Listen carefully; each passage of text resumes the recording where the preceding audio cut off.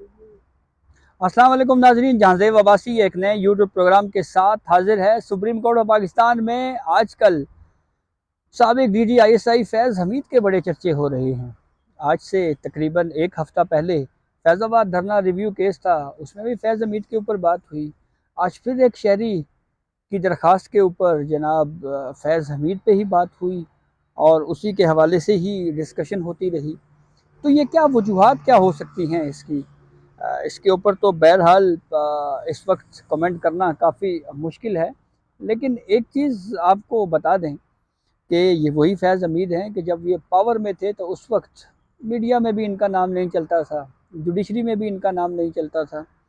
आपको याद होगा इस्लामाबाद हाई कोर्ट के एक जज शौकत अजीज़ सिद्दीकी साहब, उन्होंने एक नाम लिया था और उनको जजी से ही रुखसत होना पड़ा।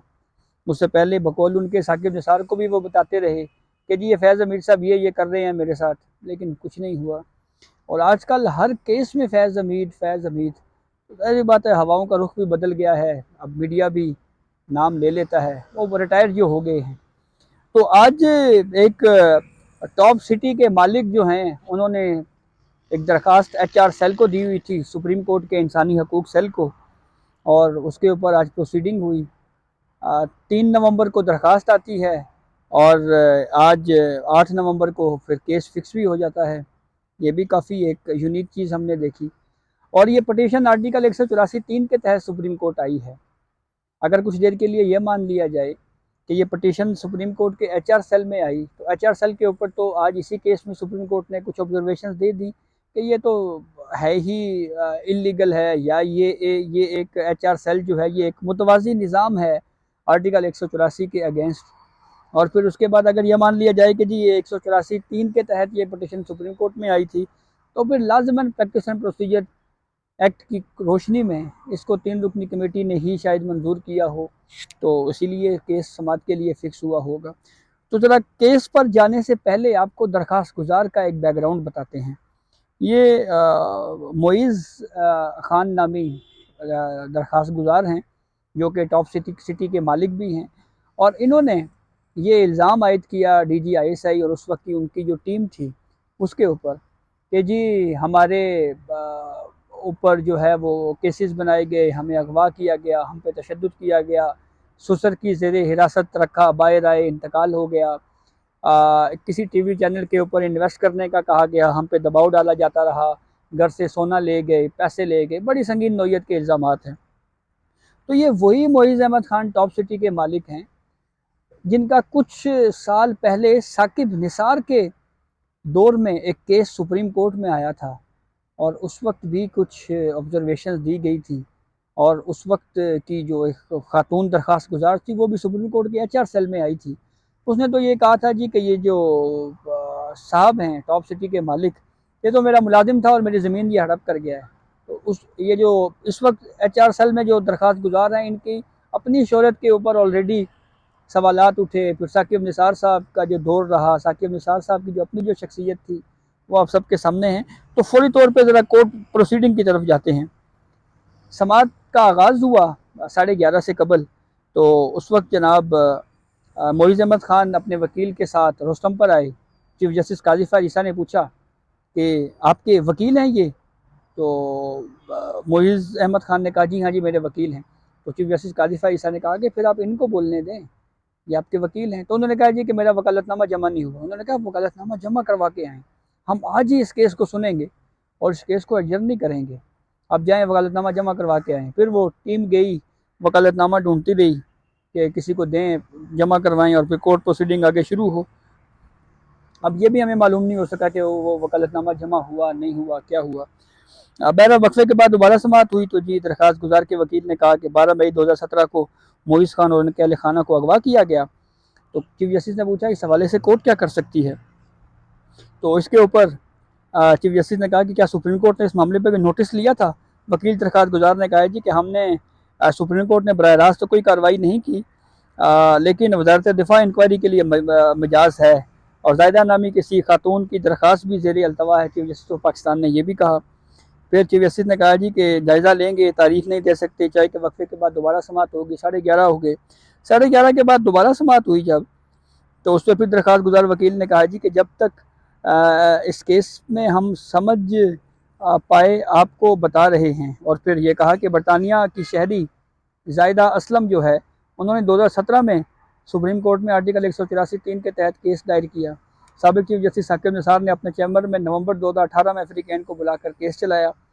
क्या चीफ जस्टिस पाकिस्तान चैम्बर में अकेले सिंगल जज के तौर पर अफ्रीकैन को तलब करके केस चला सकते थे? कि साकिब निसार के ऊपर जो मैंने आपको बताया कि ये मामला पहले भी सुप्रीम कोर्ट में आया, उस पर तनकीद की चीफ जस्टिस काजी फ़ायज़ ईसा ने, और उन्होंने कहा कि इस नोयर की दरखास्त जायदा असलम ने चीफ जस्टिस गुलजार के सामने रखी। सुप्रीम कोर्ट के ह्यूमन राइट सेल में आर्टिकल 184(3) के तहत दरखास्तें दायर की गई। जो दरखास्त हमारे सामने है ये भी आर्टिकल 184(3) के तहत है। और जस्टिस अतर मिनल्ला ने कहा कि केस के हकाइक में ना जाएं। मैंने इस्लामाबाद हाई कोर्ट में अपने फैसले में करार दिया कि ह्यूमन राइट सेल गैर कानूनी है। और फिर जस्टिस अतर मिनल्ला ने यह भी कहा कि माजी में ह्यूमन राइट्स सेल के ज़रिए बदतरीन नाइंसाफ़ियाँ हुई हैं और कोई चीफ जस्टिस कानूनी दायरा इख्तियार से बाहर के मामलात पर नोटिस नहीं ले सकता। फिर उन्होंने ये भी कहा कि जो मामला जुडिशल दायरा इख्तियार में आया ही नहीं, उस पर चीफ जस्टिस ने समाअत कैसे की। फिर उसके बाद ऑर्डर आपसे शेयर करेंगे आखिर में कि एग्जैक्टली क्या हुआ। लेकिन जस्टिस अतर मिनल्ला ने कहा कि 2005 में इंसानी हकूक़ सेल का सिलसिला चल रहा है 2005 से। वो इफ्तिखार चौधरी जो साबिक चीफ जस्टिस थे, वो उनके दौर से ये HR सेल चला। वो जब वकला तहरीक के में बड़े बड़े वकील, नामवर वकील जो है वो उस वक्त बड़े मुतहर्रिक थे उस वक्त, तो ये इफ्तिखार चौधरी साहब ने वो सेल बनाया था। तो उसके ऊपर जस्टिस अतर मिनल्ला ने कहा जी कि इंसानी हकूक़ सेल से के जो इक़दाम हैं ये गैर आइनी हैं। फिर DGHR जो ह्यूमन राइट्स कमीशन या जो ह्यूमन राइट्स सेल है उसके सरबराह या DG जो है वो सुप्रीम कोर्ट में पेश हुए। उन्होंने सुप्रीम कोर्ट को बताया साबिक चीफ जस्टिस आसिफ सईद खोसा ने 12 दिसंबर सन 2019 को फुल कोर्ट इजलास बुलाया। उस इजलास में जस्टिस याहिया अफरीदी ने यह राय दी कि इंसानी हकूक़ सेल के हुक्म को जुडिशल ऑर्डर करार नहीं दिया जा सकता। जस्टिस याहिया अफरीदी ने उस फुल कोर्ट मीटिंग में ये भी कहा कि इस हवाले से रूल्स बनने चाहिए। और फिर अभी तक रूल्स बनाने के हवाले से कोई फुल कोर्ट मीटिंग नहीं हुई। चीफ जस्टिस काजी फ़ायज़ ईसा ने कहा कि 2019 के बाद तो फुल कोर्ट मीटिंग तो सिर्फ मैंने ही अपनी सरबराही में बुलाई थी। वो जो लाइव टेलीकास्ट हुआ था प्रैक्टिस एंड प्रोसीजर वाला मामला, उसकी तरफ इशारा किया चीफ जस्टिस ने। और फिर ये भी कहा चीफ जस्टिस पाकिस्तान को चैम्बर में HR की दरखास्त पर ऑर्डर देने का इख्तियार नहीं। वैसे भी अब प्रैक्टिस एंड प्रोसीजर कानून के बाद सूरत हाल बदल चुकी है। चीफ जस्टिस ने फिर ये भी कहा जी कि आर्टिकल 184 की शिक 3 के इस्तेमाल पर सीनियर वकला की राय भी ले लेते हैं। फ़ारूक अशनाइक को रोस्तम पर बुलाया। फ़ारूक अशनाइक साहब ने कहा जी कि 184(3) के तहत कार्रवाई कम से कम 2 जजेस कर सकते हैं, वो भी खुली अदालत में यानी ओपन कोर्ट में, और कोई जज या चीफ जस्टिस चैम्बर में 184(3) की कार्रवाई नहीं कर सकता। फिर सुलेमान असलम भट्ट साबिक अटॉर्नी जनरल हैं, वो बैरिया टाउन के केस में उन्होंने पेश होना था, उनको कहा जी आप भी आ जाएँ।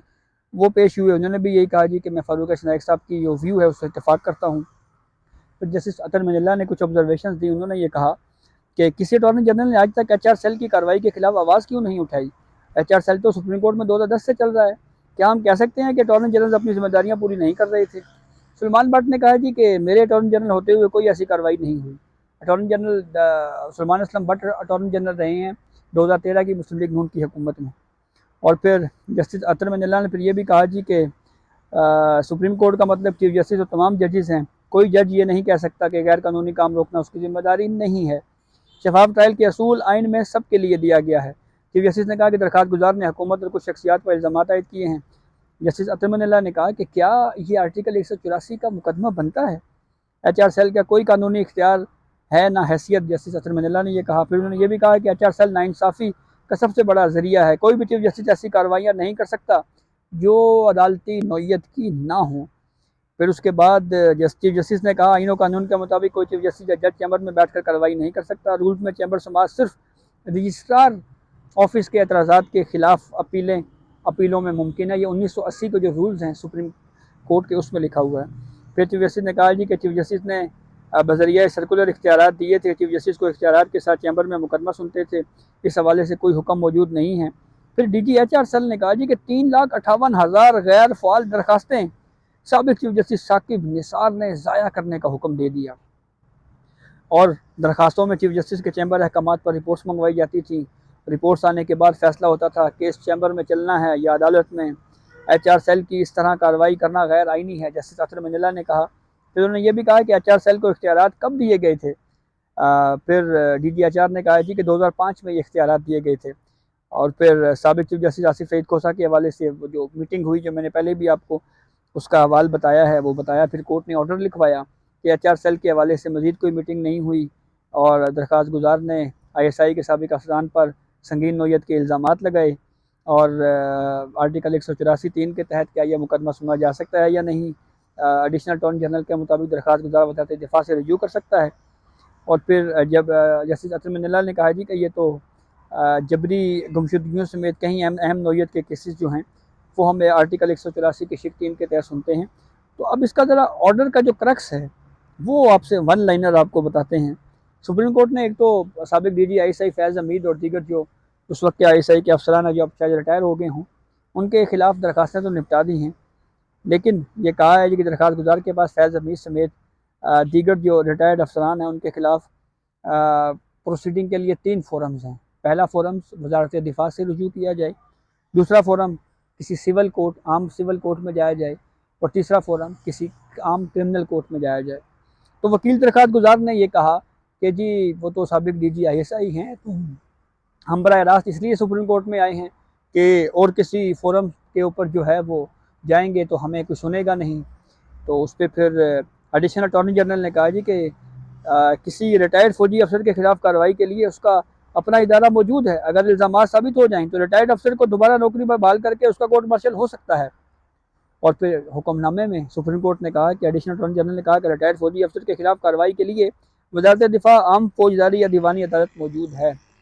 तो ये जो अब जो जिन 3 फोरम्स का जिक्र किया गया है, हवाला दिया गया है, फ़र्ज़ करें कुछ देर के लिए हम ये अज्यूम करते हैं, फ़र्ज़ करते हैं कि यही प्रॉपर्टी डीलर या जो पहले टॉप सिटी का मुलाजिम था जो उसके ऊपर इल्ज़ाम रहा, या अब वो टॉप सिटी का मालिक है, ये अगर सुप्रीम कोर्ट का यही ऑर्डर लेकर चला जाता है और कहता है जी कि ये सुप्रीम कोर्ट ने लिखा है, मेरे पास 3 फोरम्स हैं, वजारत दिफा में जाएँ, सिविल कोर्ट में जाएँ या फौजदारी कोर्ट में जाएँ, तो अगर वो मिनिस्ट्री ऑफ डिफेंस में चला जाता है कि फैज़ हमीद के खिलाफ जो है ये इल्ज़ामात हैं, तो इस पर प्रोब करें, इनका कोर्ट मार्शल करें, तो क्या कोर्ट मार्शल की प्रोसीडिंग शुरू हो जाएगी? ये बहुत अहम सवाल है। या क्या सुप्रीम कोर्ट के इस ऑर्डर की रोशनी में जो है वो क्या एक्शन लिया जा सकता है, क्या प्रोसीडिंग हो सकती है? ये केस बहरहाल काफ़ी अहम है। और आखिर में आपको ये भी बताएं कि पाकिस्तान तहरीक इंसाफ की हुकूमत थी, उस वक्त DG ISI फैज़ हमीद थे, आर्मी चीफ कमर जावेद बाजवा थे, और उस वक्त हमारे जो मौजूदा चीफ जस्टिस हैं काजी फैज़ ईसा, इनके खिलाफ एक सदारती रेफरेंस आया था, और वो सदारती रेफरेंस सदर ममलिकत आरिफ अलवी ने भेजा था। इमरान खान बाद में मुकर गए और कहते हैं जी कि वो तो उधर से आया था, मेरा कोई किरदार नहीं था। इसको इमरान खान की हुकूमत की नाकामी भी कहा जा सकता है, बुज़दिली भी कहा जा सकता है, या एक बेख्तियार हुकूमत। ज़ाहिर बात है जब कुर्सियों से लोग उतरते हैं तो यही कहते हैं हम तो बड़े बेख्तियार थे, हमारे हाथ में कुछ नहीं था, और जब फिर नीचे उतरते हैं कुर्सियों से तो फिर नज़रियाती भी हो जाते हैं, फिर बड़ी बड़ी बातें भी होती हैं। जैसे आजकल जैसे हम मीडिया वाले अब आपके सामने हैं, अब फैज़ हमीद का नाम ले रहे हैं, जब उस वक्त थे तो सब खामोश थे, जुडिशरी भी, मीडिया भी। मीडिया तो खैर वैसे भी बेचारा सॉफ्ट कॉर्नर होता है। तो ये अब तक की अपडेट थी जिससे हमने आपको आगाह किया। बहुत शुक्रिया।